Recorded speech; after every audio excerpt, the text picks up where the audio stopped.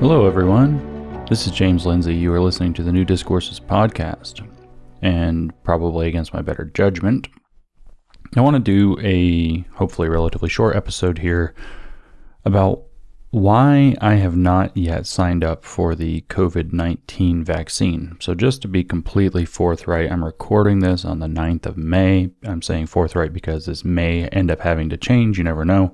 So I'm recording this on the 9th of May, 2021. I do not have the vaccine at present. I do not intend to get the vaccine at present. I see the walls potentially closing in. I have a feeling that the airline industry, for example, as private companies, will probably end up beating me in this stand, seeing as my current career trajectory very much involves having to travel. And there's only so much standing against that I think I'll be able to do. But at present, I do not have the vaccine. I do not intend to get the vaccine, except if certain conditions change. I'm not opposed to vaccines in general. I'm not opposed even to this vaccine in specific. The accusations that I am an anti-vaxxer are completely false. They're completely vacuous. I am in my 40s and I have every single vaccine a typical person in my age demographic would have. I don't have the chickenpox vaccine, for example, which most people younger than me might have, because it didn't exist when I got chickenpox. So I got chickenpox the old-fashioned way, by getting sent by my parents to the home of another child who had chickenpox so we could get it over with when I was young rather than when I was old. Just as a little aside, if you don't know that the older you are when you get chickenpox, the worse it is. This is kind of like COVID, as it turns out. So I got chickenpox, I think, when I was 7 or 8, and I don't remember it being particularly terrible. My brother was younger and had actually, he has a thing with things that itch. He had a much harder time, but my neighbor across the street ended up getting chickenpox, not from us, sometime later, a couple of years later, at 17 or something like that, and it damn near killed him. It was really, really bad for him. It was really rough. He ended up, in and out of the hospital, etc. And so when we were children, the way that we prevented ourselves from getting chickenpox in severe cases was that our parents rounded us up and took us over to somebody's house who had chickenpox. We had chickenpox parties, and now they have a chickenpox vaccine. So I don't have the chickenpox vaccine, but I have the MMR. I've had whatever boosters. I've had tetanus. I actually stupidly put a nail through my wrist a few years ago and got a tetanus booster.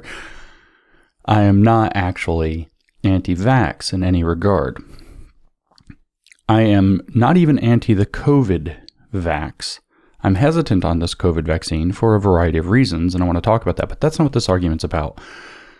I could talk about a large number of the reasons that I'm hesitant. Of course, it's a new technology. I don't know what this technology has proven. Most importantly, to mention, it doesn't have a long-term safety record.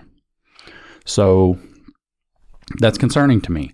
I've spoken with this isn't about me, but just to point out, I've spoken with healthcare professionals who I trust and who I have entrusted my healthcare with, and they have indicated to me that, given some of the family history that I have, that I'm at risk for certain autoimmune conditions, and they are not sure whether or not this vaccine might exacerbate those, and that may be something to be concerned about. And so that they have advised in their professional capacity that I should hesitate.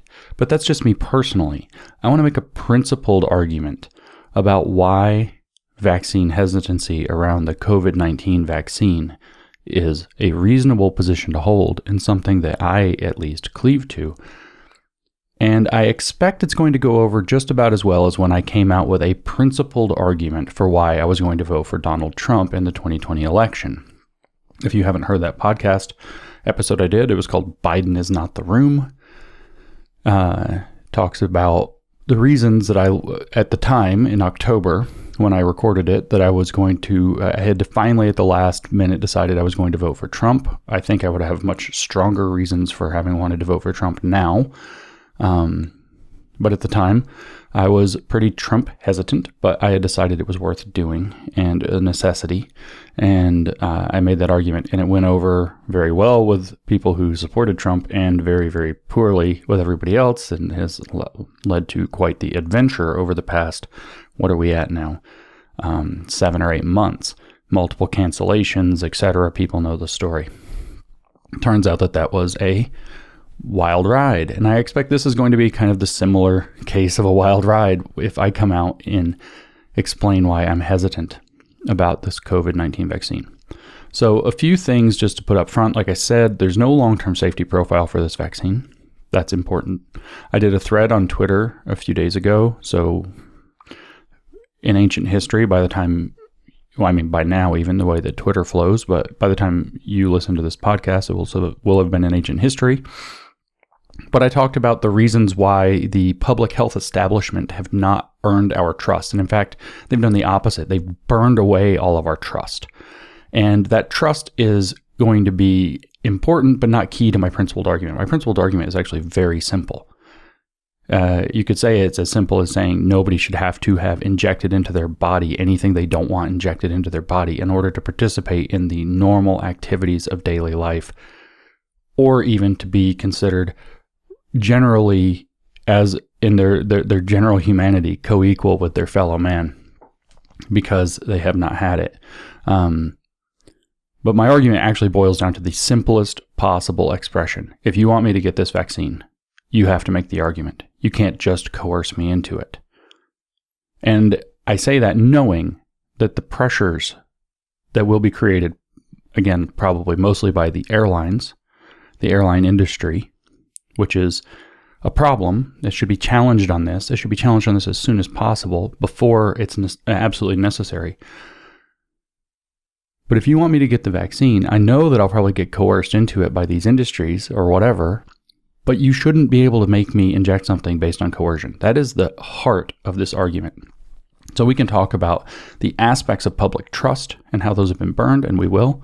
We can talk about a lot of things, but the heart of my principled argument against my getting, and I would advise other people to think about this as well, the COVID-19 vaccine is that if you want me to get the vaccine, you have to make the argument. You can't merely coerce me into doing it. You can't merely force, you could, I suppose, and probably will force me or coerce me into it. But you didn't win the argument to do that.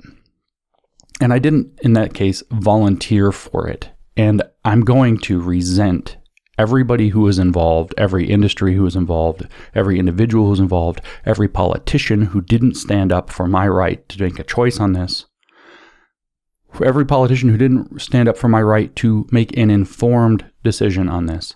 I'm going to resent every single one of them for the rest of my life. Every single one of them. Every Democrat who backed this stuff, hate forever. The whole party. Every Republican who didn't have a spine, hate forever. Every industry that I feel like betrayed me in my ability to have this freedom, hate forever. And eventually, my behavior will reflect this. And this, of course, will be amplified beyond any measure if there's some bad reaction, which my healthcare professionals have advised me it's in my prudent interest to wait on this thing. So this is the kind of the perspective that I'm taking when I talk about this thing, the COVID vaccine. My principled argument is you shouldn't be able to coerce me. You have to make the argument. So what does that mean? Well, let's compare against these other vaccines that I have. Granted, I got the MMR vaccine, mumps, measles, and rubella, before I was old enough to know better, which we should know is not necessary in the COVID vaccine case. Measles is a vicious childhood disease. There are a lot of people who are genuinely anti-vaxxers who are suspicious of the health profile of the vaccine, and they are willing to take the risk against the measles virus itself. And, I can understand the principled point that they're making, but for me, and I think they would be wise to listen, the measles vaccine, the argument for the measles vaccine has been made. Measles is often survivable and maybe even without significant consequence, but it also often causes high enough fevers to make children blind or deaf or brain damaged or other things. It is a viciously bad childhood disease that very recently caused lots of problems. And we have a very, I hate to use the word this way, but truly privileged position that it has been diminished to such a point where we no longer have to fear measles, and where we can think that the trade-off involved in getting this vaccine for whatever health problems it may actually cause in the long run, whether those are autoimmune disorders, whether those are other issues, for whatever reasons, we're in a position where we can think, oh wow, those are actually worse than having, this extraordinarily contagious, extraordinarily virulent disease rip through children, deforming, killing, maiming, blinding many of them. It's a very cushy position to be in, to be able to neglect the trade-off. And that's kind of a key here. There's always trade-offs, right? There's always trade-offs in life. Everybody wants a perfect outcome. Anti-vaxxers want a perfect health outcome for their kids. Well, it turns out there's not. There's trade-offs. There are trade-offs. Maybe pertussis, whooping cough as it's called, isn't going to be that big of a deal. Maybe an extra vaccine, maybe it's too many. I don't know. I'm not going to try to make this argument. I would be vaccinated against that as well. I know somebody who, as an adult, got pertussis from a unvaccinated child, and it was a 6-week ordeal, probably one of the worst health ordeals of his adult life. It's not a pleasant ride. So again, we're talking trade-offs. Whooping cough, I don't actually know its total profile. I'm not like a virologist or anything like that, and I don't want to claim that I am or make any misrepresentation. But the fact of the matter is that was a rough ride. I watched this guy. Well, I didn't watch him in person because he had to quarantine. He was a friend of mine. We got together weekly and did things, and for almost 2 months, over 2 months actually, we didn't, because he was so sick and was afraid he was contagious and didn't want to spread it just in case, say, my vaccine had worn off, which is what happens, is why adults often will end up getting things from unvaccinated children, from these so-called childhood diseases. I don't know if, however, that whooping cough is bad enough, like measles, to where, or mumps or something like this, where you're literally risking the blinding or deafening or something like this of people because the virus causes such a vigorous fever, and the deaths and the other problems. Polio, of course, you can look at polio. Polio literally crippled people. And as it literally crippled people, again, the trade-off profile is pretty easy. If there was a polio comeback or a smallpox comeback right now, virtually zero people with any sense would hesitate to take a polio or smallpox vaccine. And there are two elements to that, and I think they apply to the measles vaccine as well. One is, we actually do have a long-term safety profile for these things. We know what happens, and we know that there may be costs associated. The trade-off argument stands. But there is a long-term safety record with these. They have been in use for a very long time. We know a great deal more about them. The COVID vaccine, at least the Pfizer and Moderna brands, use novel technology. Not to say anything one way or the other about this technology, this mRNA technology, except that it's new. And so it doesn't have a long-term safety profile. If we had smallpox come back, or if we had polio come back, we know about the vaccines. We also know just how bad those viruses are. So the trade-off analysis isn't difficult. The argument is being made. The way I might put it with measles is that measles plus the long safety record of the measles vaccine have made the argument for me for the measles vaccine. And so because the argument has been made for that vaccine, for me, I am willing to get that vaccine. Does that make sense? This has not been achieved with the COVID vaccine. That's the kind of key point to the argument. The virus itself, COVID-19, SARS coronavirus 2, is not sufficiently threatening to a person in my demographic, or at all, frankly. But I say that aware of people with larger numbers of comorbidities, older people, overweight people, people with other health problems, diabetes, COPD, etc., cancers or whatever they may be. I say that aware that other people are going to have to do a different trade-off assessment. But for people like me, the argument's not being made by the virus. And then you have to add in the fact that the two elements that I'm looking at when I'm trying to make a decision about a virus, other than my healthcare provider recommendations, are going to be, what is what's the trade-off analysis here between the severity and danger that the virus poses to me versus the severity and danger that the vaccine might pose to me? And so with a virus like polio, it's a no-brainer. With a virus like smallpox, it's a no-brainer. With a virus like measles, I think that it's a fairly no-brainer. With a condition like I said just a little bit ago, I got a tetanus booster after putting a nail through my wrist a couple of years ago, or a few years ago. I don't know how many it's been now. We're redoing our floors. Me and carpentry are not necessarily the best of friends sometimes. But I got a tetanus booster. Tetanus is not a disease you want to fool around with. The vaccine has a great safety profile. Trade-offs. What's the probability that I have tetanus from this? Turns out it was probably really low.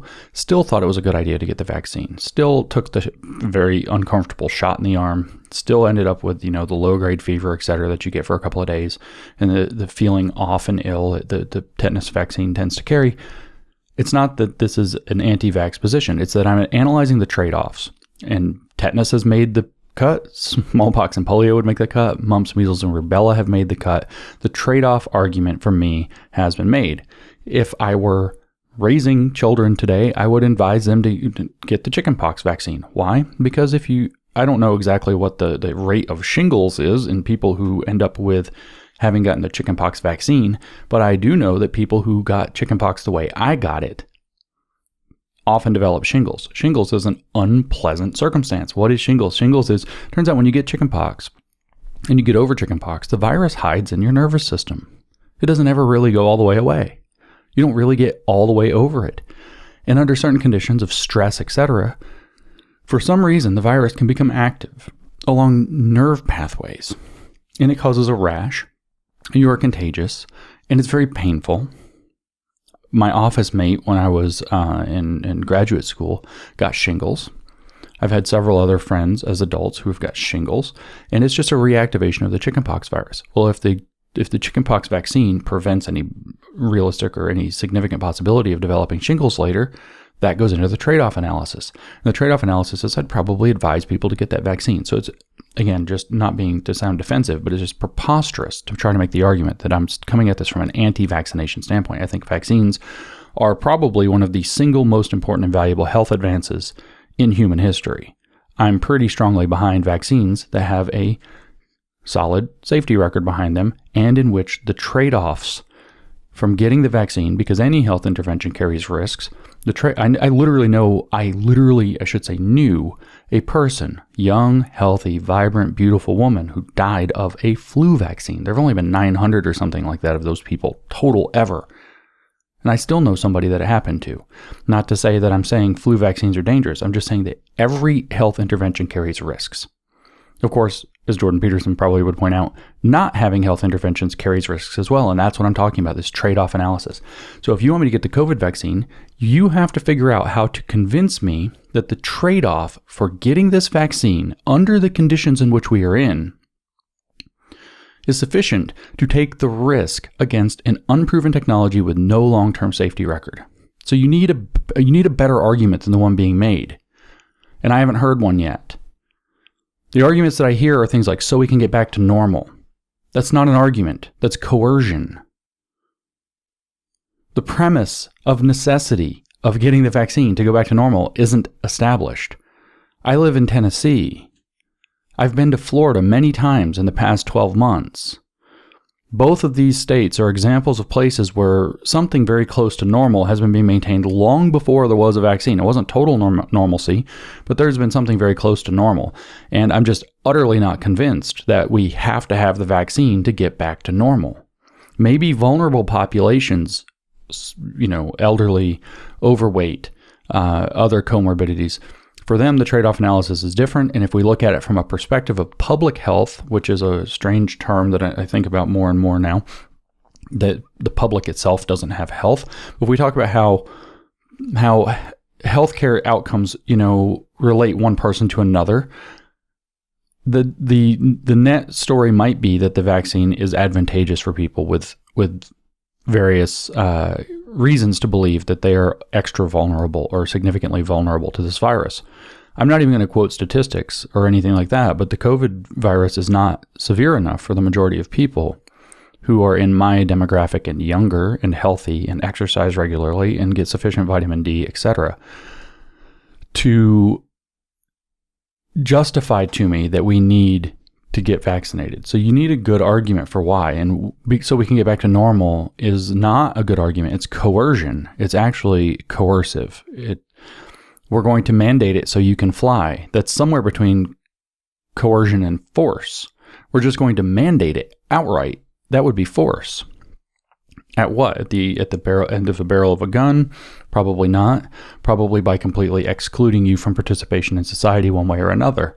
This is why where Joe Biden coming out and saying that the federal government doesn't plan to have, COVID passports, vaccine passports through it, doesn't really mean anything. This is where what Ron DeSantis did in Florida is so much more significant, because what Ron DeSantis did in Florida was he said that industries not only will there not be government issued COVID or vaccine passports, but that businesses in Florida cannot require a vaccine passport.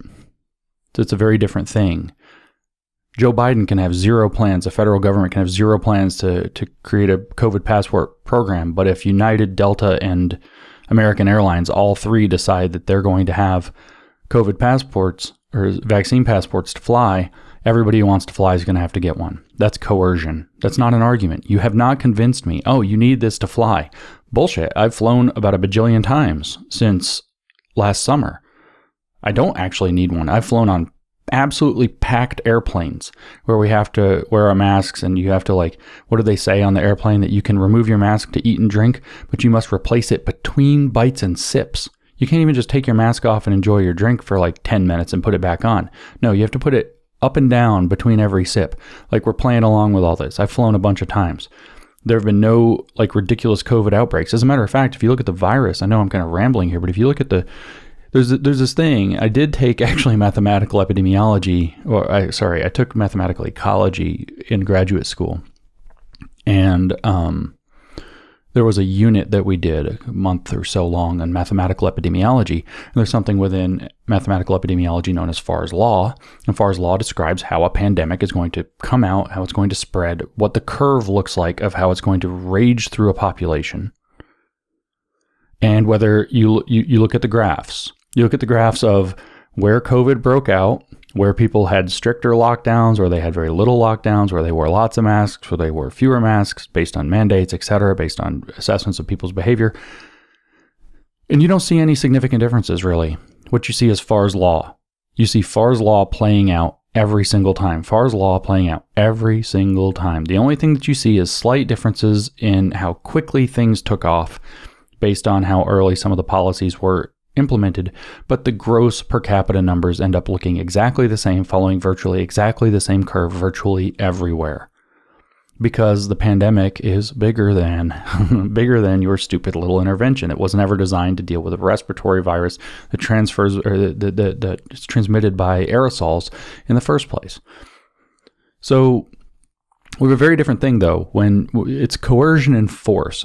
I would argue even force when you have significant industries, or I should say industries with no options available. If all three major airline carriers do this, we're pretty much stuck. So you have an entire airline industry now that may decide that you have to be vaccinated in order to participate in some function that is typical to professional life for many people in this country or in the world today.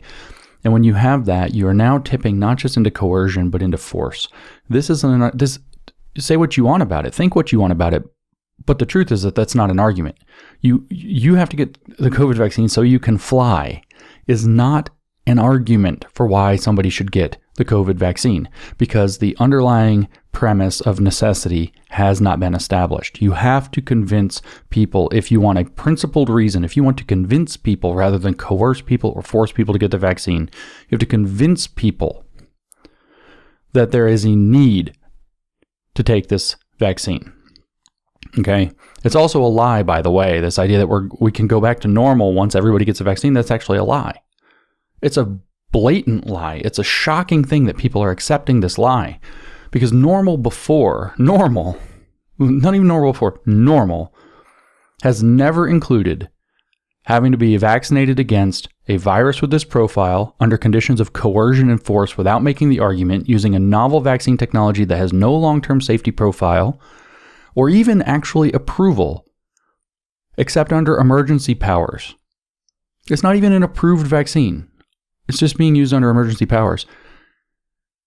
Or is it normal to say that, well, apparently we're going to have to get the vaccine boosted every 6 months because of either variants or because coronavirus antibodies don't stay stable in the body or whatever it is that we're dealing with?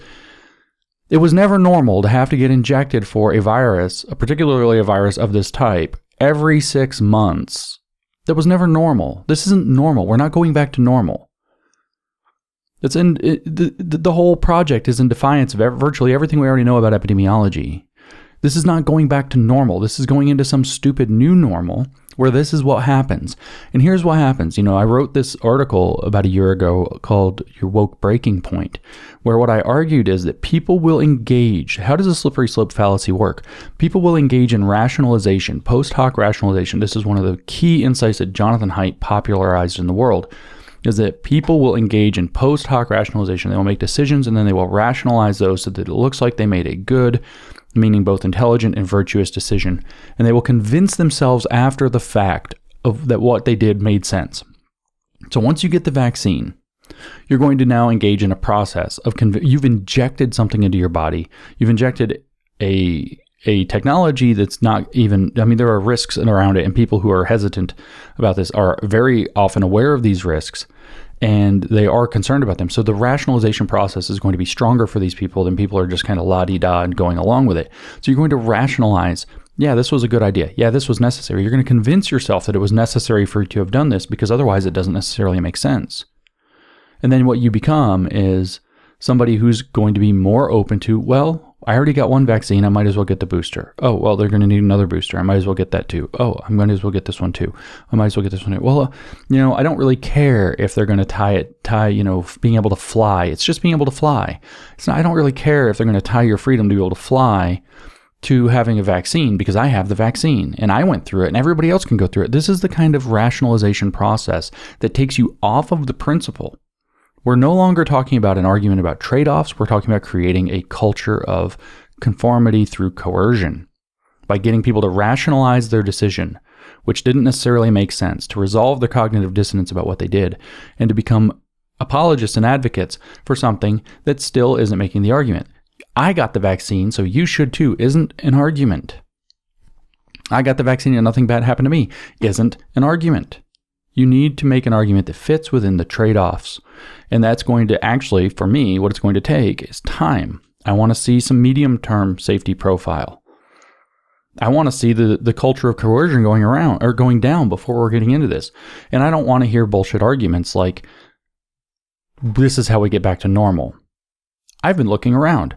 All over the place I go, people are acting very normally. I went out last night, and it was kind of funny because my wife has barely gone out. She and I went out, and she's like, whoa, downtown is like totally back. Like COVID doesn't exist in Tennessee anymore. And I'm like, I know, I've been trying to tell you. It's everywhere I go, except for places like California.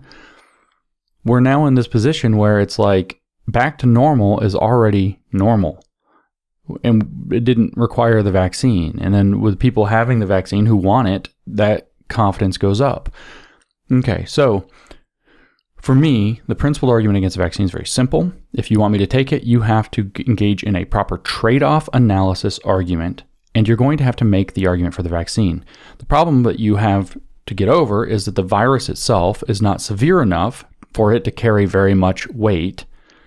You talk about my responsibility not to spread the virus, but if the vaccine does what it's supposed to do, why does that matter? Why do I need the vaccine to protect somebody else who is protected by having got the vaccine if they wanted it? If the vaccine works the way that it's supposed to, or does the vaccine not work? Well, that's not helping your argument. Or if the vaccine only works partially and still carries a severe risk, that's still not really helping your argument. Oh, I'm going to have to get injected with something twice, and maybe in patterns of 2 or maybe just 1. I don't know how the boosters are going to work, probably just 1 every so many months, because the vaccine doesn't but then I still have to act as though I'm under a pandemic and I have to be careful and blah, blah, blah. We're not really going back to normal because the vaccine isn't really wholly effective. None of this makes sense. You're not making the argument very well. So you're going to have to make the argument to me that this vaccine, that the trade-offs around taking this vaccine are to my advantage. That's independent. Like, obviously, it's a decision for me and my healthcare providers to decide whether or not my risk for, say, autoimmune disorders or any of the side effects of the vaccine that have been coming up at relatively high rates, but not terribly, they're not like, oh my God rates, but they're concerning rates and they're being downplayed. That's another aspect of this. It's up to me and my healthcare provider if it's right for me, but it's that goes for every individual, and it should be the individuals and their healthcare providers' decision without coercion, without force. It's not United Airlines' job. It's not Delta Airlines' job. It's not Shea Stadium's job. It's not the Major League Baseball's job. It's not Disney's job. It's not even the Democrats' job to decide whether or not, or the federal government at all, to decide whether or not I need to have this vaccine. I need the argument made that the virus is dangerous enough to justify whatever the real risk is to me to get that vaccine. And the problem is, we don't know how dangerous the vaccine is yet. We don't actually know. We have some guesses. We have some projections. There are reasons to believe it may be safe. We have no medium-term. We have no long-term safety profiles. We have absolutely no idea what's going to happen. For example, I read an article not that long ago. It's concerning. I read an article not that long ago saying that there would be a third wave of COVID. I guess that's what wave it's going to be on, coming probably this fall, and that there would be massive sickness and death, primarily among the vaccinated. And I'm like, okay, what in the heck is this? So these are the kinds of things you're going to have to account. This wasn't some conspiracy theory article. This was one of these things. It's like, are they telling? This is one of those, like, I don't remember if it's CNN or what, but it's one of these things where it's like, are they telling us that are they preparing the ground for what they know they've done? Like, what is this? It was a mainstream corporate press outlet, and it's like, what is this? So you have to make that argument that my risk of getting COVID and possibly, but less, of spreading COVID, because it doesn't make sense. If everybody can get the vaccine that wants it, my capacity to spread COVID shouldn't be terribly significant to those people who are vaccinated. I understand the idea, by the way, that there are people who cannot be vaccinated. In fact, perhaps I am one. And so the herd immunity argument, I understand, like, I get protected by everybody else getting vaccinated. So if I'm particularly vulnerable, and that I can't get the vaccine, everybody else being vaccinated lowers the chance that I'll get this life. I understand this argument. I understand how this works. I've made this argument on behalf of other vaccines in the past. And I understand that it makes sense. Again, this is a trade-off argument for me.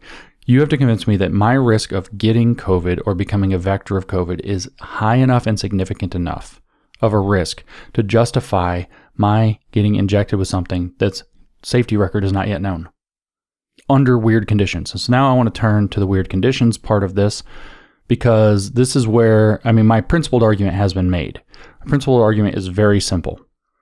You have to convince me to get the vaccine on its merits rather than through coercion or force, by doing a proper trade-off analysis that indicates that, to my satisfaction as an individual, in collaboration with my healthcare providers who have raised their concerns, but maybe yours have fewer concerns, maybe for you, maybe they have more concerns for you. It's an individual process, and it should be an individual thing, and therefore your freedom and ability to participate in the activities of day-to-day life shouldn't be tied to it, thanks to the decision-making processes of corporations or political leaders who do not have, they're not in the relationship with you and your doctor. It's not their business. So let's say that if you want to make that argument, you have to convince me that the virus is bad enough to justify the risk. And you've got an uphill battle. Not just because the virus is not particularly frightening to me at this point, not just because the evidence that I have gathered with my own eyes and the things that I have read that are quite understandable about the virus, the very comprehensible things, indicate to me that there's no need for this vaccine. Like, the vaccine itself is not even needed in any significant way, except perhaps in particularly vulnerable populations. You've got to be able to convince me from your position now of whatever trust that I have left in you that I should get this. That's my principled argument. And here's your problem. You have no trust. You have none of my trust left. My trust in public health authorities, if that's even a public health authority, that's really kind of a Orwellian office. That's a scary thing. Has been completely destroyed. I have no trust left. Zero trust.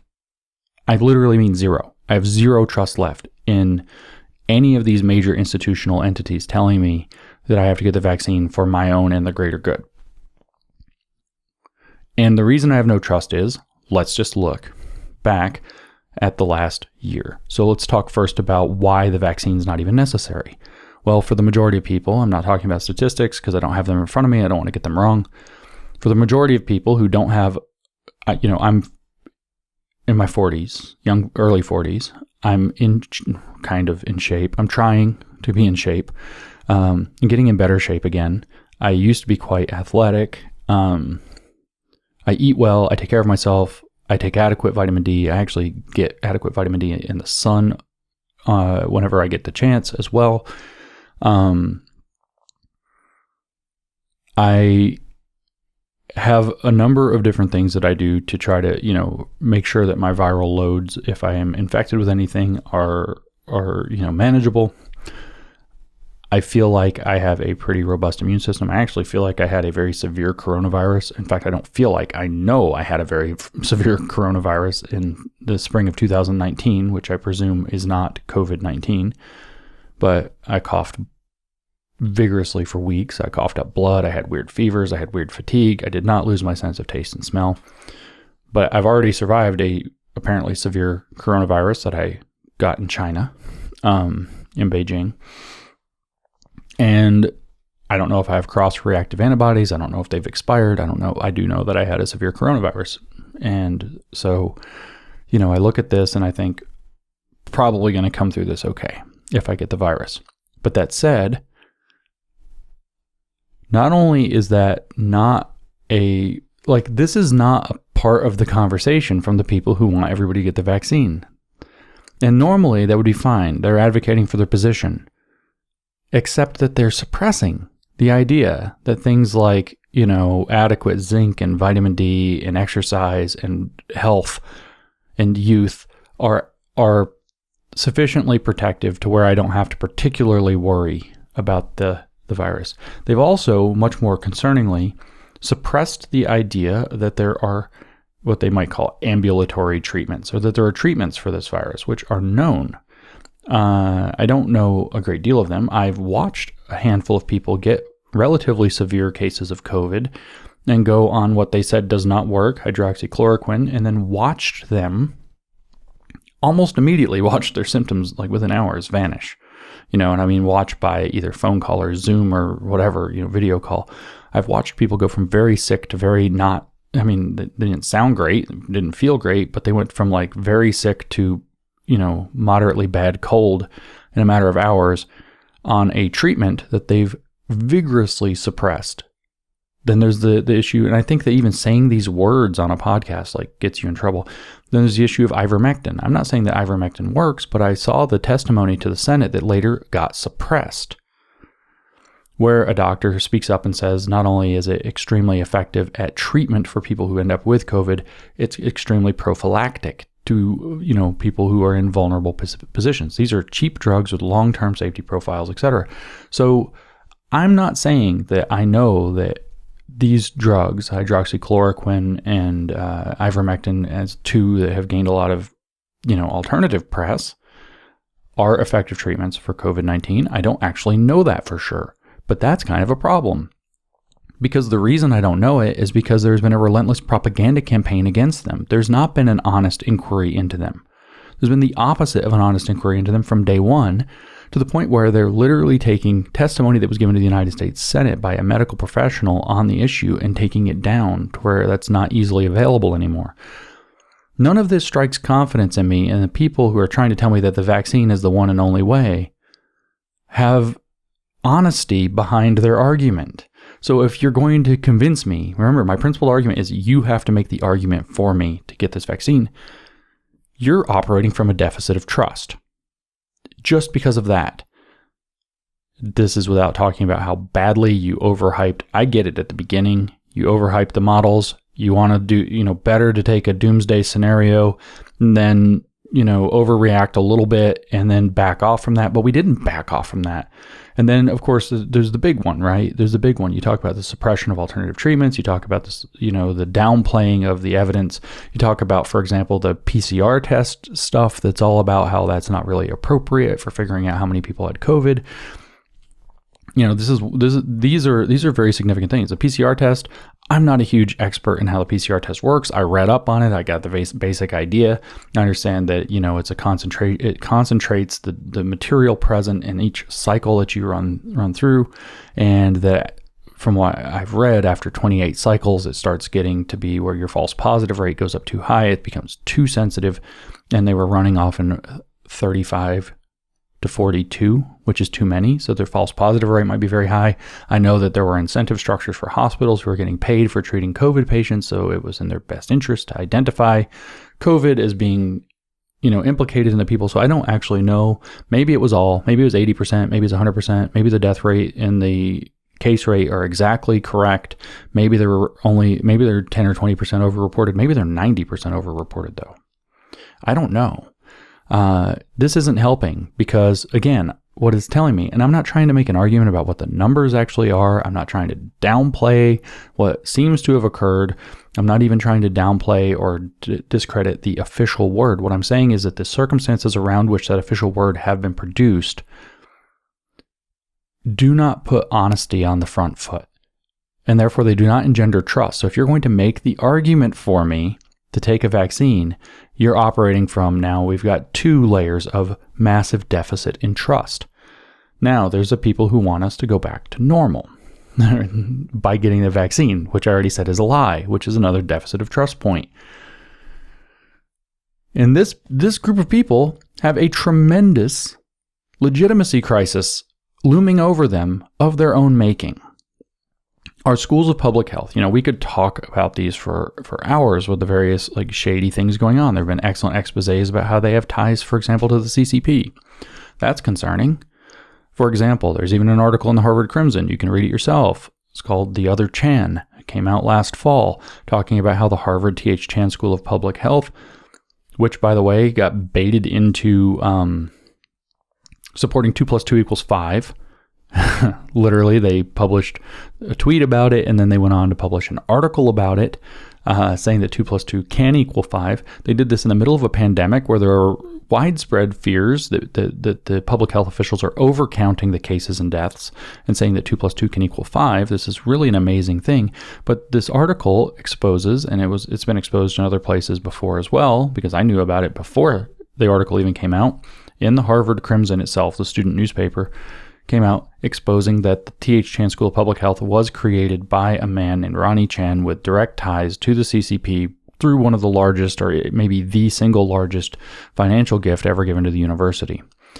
We've seen exposés that the London College or whatever it is that did all of this stuff there had direct ties to the CCP as well. So there's again, we're talking a major deficit of trust.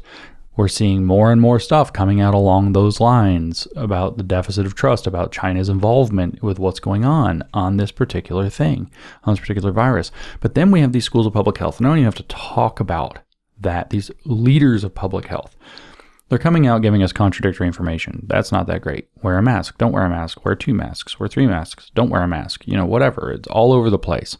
Texas is going to be a disaster. Texas wasn't a disaster. Florida is going to be a catastrophe. It's like number 40 in badness.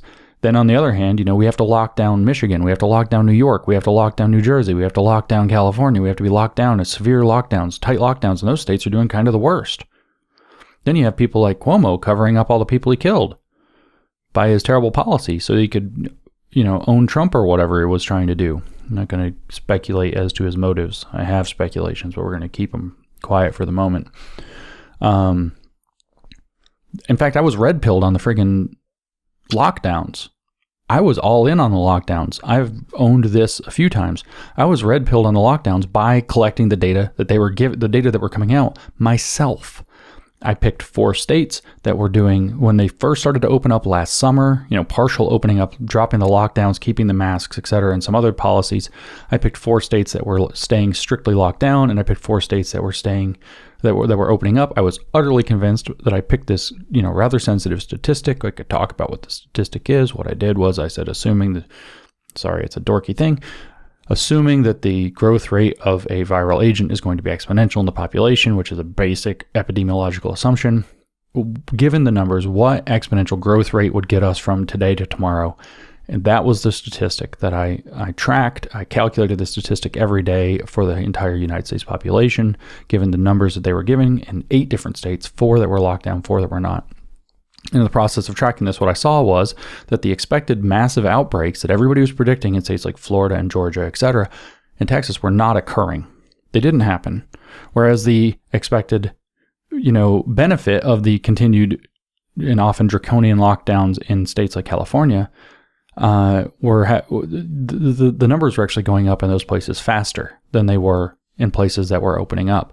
And so I was like, wait a minute, something's wrong. I followed the data. And then when I tried to tell people I followed the data, I got told I was going to kill grandma and all kinds of hyperbolic things. And I thought, well, something's very wrong here. Deficit of trust, very deep. Deficit of trust, very, very deep. But then this was all in May. This was going into June. St. Floyd had not died yet when we were following the data and getting a little bit red-pilled on what's going on with the narrative around in fact, I didn't even think there was a narrative. I thought, oh, well, lockdowns they were a good idea because we didn't know. Maybe it was really bad. The models were scary. Lockdowns are really bad. The virus might be really bad. Let's lock down. Let's try to prevent. Oh, wait, it's not working. So now, of course, the sensible thing in the light of the data would be okay, we're going to stop this. And it didn't stop. And then St. Floyd died. St. George Floyd, patron saint of fentanyl, died in Minneapolis under the knee of the police officer Derek Chauvin, and we all know what happened next. The cultural revolution that I had been predicting for the United States broke out in earnest. The anti-racist cultural revolution began, and immediately I was shocked to see where literally days before, right-wing protesters protesting the lockdowns, who turned out to have been following the data and making principled arguments toward the Constitution and liberty, whatever the data might indicate, being resoundingly condemned for their irresponsibility and their behavior. St. Floyd dies, and instantaneously, racial justice is a big enough issue where it doesn't matter. We can have parades or protests. We can have massive protests. We can have massive gatherings. We can have massive activity. We can have riots, outright riots, and we'll have those defended. We'll make sure that the person who went on to become the vice president of the United States is going to contribute, encourage people to contribute to their bail funds. And these need to happen for racial justice. And racial justice is the real pandemic. And I'm, of course, paying attention to critical race theory, and I know what's going on with critical race theory. I'm one of the few voices at the time speaking up clearly about critical race theory, and I'm like, holy shit. That's what's guiding our schools of public health. And I watched one after another of these major epidemiologists of these major schools of public health and our politicians and our major institutions, all, including the CDC, all bending to this racism, the systemic racism pandemic is worse pandemic than the actual pandemic that's so bad that other people can't protest legally for their own freedom.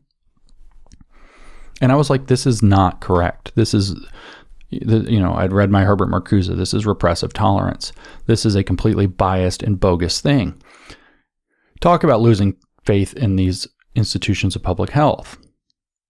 Like, their politics are way out in front of what they're doing. And their politics are politics that I'm very familiar with the origins of and don't trust at all. And these are the people telling me that I have to get a vaccine for a virus that I'm not afraid of. And don't see, convince me I should be afraid of it. Turns out your propaganda campaign, your psyops or whatever it was about it, worked for a while, and then the data broke that, and it didn't work anymore. So you aren't going to be able to scare me into it. You're actually going to have to convince me that the virus is scary enough, and you are operating from such a place of hypocrisy and bogus claims and lack of trust that I honestly don't know how you're going to do it now. The CDC is going to come out and convince me? How? They need 2 years to earn my trust back at a minimum. 2 years of perfectly squeaky clean behavior with no politics ahead of professionalism and no politics ahead of medicine, no politics ahead of their mission. They need 2 years before, at a minimum. I don't even know. I'm saying 2 years just off the top of my head. I have no idea how long it's going to be before the CDC can earn my trust back. The Harvard T.H. Chan School of Public Health, the Johns Hopkins School of Public Health, the major epidemiologists that went all over Twitter with their little blue checks, they're never getting it back. Never. Never. You don't like it? You shouldn't have done what you did. You have completely cratered my trust in your institution. And don't blame me for it. It was on you. You decided that politics are central to epidemiology. Politics are central to public health. You said this. They said this over and over and over again. And they didn't just say it, they acted consistently with it. And these are the people who want me to get the vaccine. These people who were like, oh yeah, well, we have an experimental vaccine. And because there's a racial disparity for reasons that are obviously just systemic racism, because critical race theory, and you don't have to do another ounce of analysis, are disproportionately affecting black and brown, revealed the cracks, racism is a pandemic, blah, blah, blah. We heard all that. Deaths of black and brown people. We heard that over and over and over again. So we're going to have this experimental vaccine, and for health equity, we're going to make them get it first. So you come out with this idiotic argument, and then they're like, it's white supremacy that's convincing black and brown people not to trust getting the vaccine. And so now they're having to dump we're so low in the trust now that they're having to pay people or give them free baseball tickets. Literally pay people, though, in some cities $50 or $100 to get vaccinated. Because people don't want to get the vaccine because they're not having the argument made for them. Again, by the way, buying that's bribery, that's coercion. You're not making the argument. We're going to pay you, what is it that they just came out with? $3 billion the federal government said they're going to dedicate. We got AOC going around on like a vaccine bus or something like that. Like, this is horrific. This is absolutely horrific. There's no public trust in this. This is a catastrophe. If the virus could sell itself on being dangerous, you wouldn't have to give people $50 or $100 or a baseball ticket or have a party bus or something stupid like this going around with, Alexandria Ocasio 1619 Cortez riding around on the bus. You wouldn't have to do this if the virus could sell the vaccine. Smallpox would sell the vaccine. Polio would sell the vaccine. Measles would probably sell the vaccine, and especially because you could come out and say, oh yeah, we've been using this vaccine for like 30 years. It works. It's relatively safe. There are some trade-offs. You could make the argument, but you can't make the argument here. And coercion is not going to be acceptable. And the more, this is a further problem that these authorities face, is the more they try to coerce, the more they try to push this top down, especially if it transitions to force, the less they can't figure this out. The less convincing their argument is. They're undermining their own ability to make the argument. But we live in a free society still, up to now, relatively free. And therefore, it is their obligation to make that argument, and they're not making it. So this is my principled argument against getting the COVID-19 vaccine. Number one, the simple argument itself is you have to make the argument on its own without coercion or force. You have to be able to compare in a trade-off analysis that it is worth each individual in collaboration with their own healthcare providers making the decision based on their own actual realities of their health. You have to be able to convince them without coercion or force, without mandating or tying to their ability to participate in the activities of daily life, without having to buy them off. You have to be able to convince them that that's in their best interest by making that trade-off analysis argument, and you're not doing it. And then more than that, the people who are trying to do it are coming from such a place of diminished public trust that it's unbelievable. To summarize, there are treatments for this virus. There are prophylactics for this virus, and it's all been downplayed. It's all been denied. It's all been hidden. It's all been shoved away. Why? They all they all undermine the necessity, I should say, of the argument that we need the vaccine at all, or especially to quote unquote get back to normal. Right? They undermine that, and so this all looks very shady. So you don't have the trust even to make the argument for that reason. Of course, Pfizer coming out and saying that they have their world biggest profit quarter ever or whatever it was, $4.7 billion in revenue or something. Most of which, because the vaccine is free for most people, which means our taxpayers paid for this. We're paying for this, or they just printed money and made everything like food more expensive. And inflation's coming, so that they can pay Pfizer, so Pfizer can get rich. Like, none of this is helping your argument, guys. Then secondly, the people pushing the argument are coming from a position of complete, absolutely bogus, nonsense policies that put not just politics, but idiotic left-wing politics rooted in critical theory that don't even make sense, that I've spent literally the last 2 or 3 years resoundingly criticizing and diving deeper into, and finding out the deeper I dive, the more need for criticism that there is. No trust. So you have no trust from which to make this argument. And then, of course, you're also applying pressure. You're also applying force, coercion, bribery, etc. as means to try to get people to get it, and undermining your trust further. You're creating a deeper and deeper and deeper legitimation crisis or legitimacy crisis in the attempt to try to get people to do something. And so you're not going to make the argument that way. And so, again, how could I be... So just to close, again, my argument is if you want me to get the vaccine, you have to convince me to get the vaccine. You have to make the argument. That's it. And here are the problems that you face in doing so from my perspective right now, without even having to talk about my own health circumstances between my healthcare provider and I. You don't have you have to make the argument. But what would convince me? What would convince me? It's fair to say that I should, like, if I can't, this is a point we raise in How to Have Impossible Conversations. Peter Boghossian and I talk about that if somebody has an indefeasible position, in other words, there's absolutely nothing that could change their mind, then they're not holding their belief on the basis of reason or evidence. They're holding their belief on the basis of something that works kind of like faith. And I'm not talking necessarily about religious faith, but I'm talking about the idea that they're holding it for non-rational reasons or whatever, and that they've adhered to it probably for reasons like morals or out of fear or for a sense of control or to fit in with a community or something like this. So what would convince me? I should be able to articulate what would change my mind. Well, I've already said, actually, it's very simple. I need to be convinced that the circumstances surrounding the possibility, my risk of contracting and or spreading the virus outweigh the risks associated with taking the vaccine. That's going to require at least a medium-term safety profile.